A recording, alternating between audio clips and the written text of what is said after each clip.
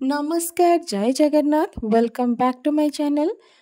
मु तो भलरे अच्छी आशा करुँची आपण मैंने भी सब भलरे आ खुशी थे। तो चलतु स्टार्ट करवा आज रेसिपी छतु बेसर। जदि मोर ये छतु बेसर रेसिपी आपण मानक भल लगे ताले वीडियोटी को लाइक करेंगे और जदि मो चैनल को सब्सक्राइब करना ताले चैनल टी को सब्सक्राइब करेंगे। एबे चलतु स्टार्ट करवा।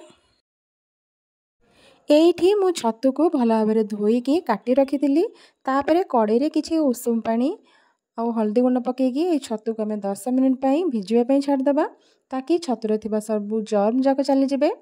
नेक्स्ट गोटे कढ़ई नेबा कढ़ई किसी तेल गरम करनेबा तेल टिके गरम होगला से कटा होता पियाज कटा होता रसुण को पकईदेवा। पियाज रसुण भल भाव भाजी होगला से छतु को पकईदेवा। छतु भाजला बेले आमर गैस फ्लेम हाई रहिबो कहीं छतुर बहुत सारा पानी बाहर। एबे छतुरे किसी स्वाद अनुसार लुण और हल्दी गुंड पकई ताको भल भाव ड्राए हला पर्यंत भाजी रखिबा। छतु को आम 50% ही कुक करवा कहीं बाकी 50% आम मसला कषिला बेले कुक हम। ये देखो छतु आमर भल भाव भाजी हो जाइए। नेक्स्ट आम सोरिष बटा प्रस्तुत करवा से 2 टेबल स्पून सोरिष, हाफ टेबल स्पून जीरा, 2टी सुखिला लंका, 7 ରୁ 8ଟି रसुण, गोटे छोटे पियाज, गोटे बड़ टमाटो पकई ताको भल भाव ग्राइंड कर रखी। तापर आम आउ गोटे कड़ई नेबा से 2 टेबल स्पून सोरिष तेल पकईदेवा। तेल टिके गरम होगला से जीरा फुटण पकईबा। जीरा भल भाव फुटी होगला से कटा होता पियाज पकईकी ताको भल भाव फ्राए करदेवा। तापर से मस्टर्ड पेस्ट जो बनई ताको ऐड करवा। एठी आमर गैस फ्लेम लो रहिबो आ सोरिष बटा पकईला बेले आम बेसी मसलाटा को कषिबानी नहले आमर तरकारीटा पूरा पिता हो। देखंतु मसलार कलर चेंज हो गलानी तामाने मसलाटी भल भाव कुक हो जाइए। एबे आमे कटा होइतिबा आलू को एथिरे पकईदेवा। आलू को मुझे भल भाव धोईकी एमती स्क्वायर साइज करी काटी देइतिली।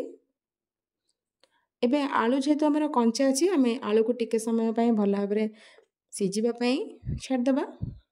एठी मोर मसला तले लगी जाउतिला सेतिपई मु पानी किछि ऐड कली। देखंतु आलू भल भाव कषि होगलानी। एठी आमे भजा होइथिबा छतु को पकईदेवा आउ छतु आउ आलू को मसला रे भल भाव कषिदेवा। एबे यह भल भाव कषि होगलानी। एठी आमे आवश्यक अनुसार पानी देदेवा आउ ताकू टिके समय फुटिबा पई छाड़देवा।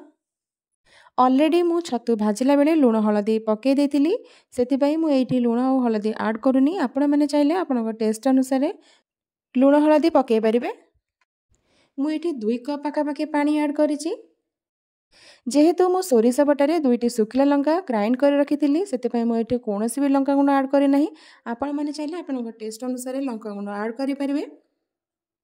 एबे आमे यहाकू कवर करिकी 5 ରୁ 10 मिनिट भल भाव कुक होगा छाड़देवा। एबे देखंतु यह भल भाव फुटी गलानी आलू और छतु भी भल भाव सीझी जाइए। देखंतु छतु बेसर कलर केते सुंदर आसी। आपण माने घरे निश्चिंत भाव ट्राए करेंगे। छतु बेसर खाइबा बहुत ही बढ़िया लगता है। लास्ट आमे गोटे आंबुल पकईदेवा।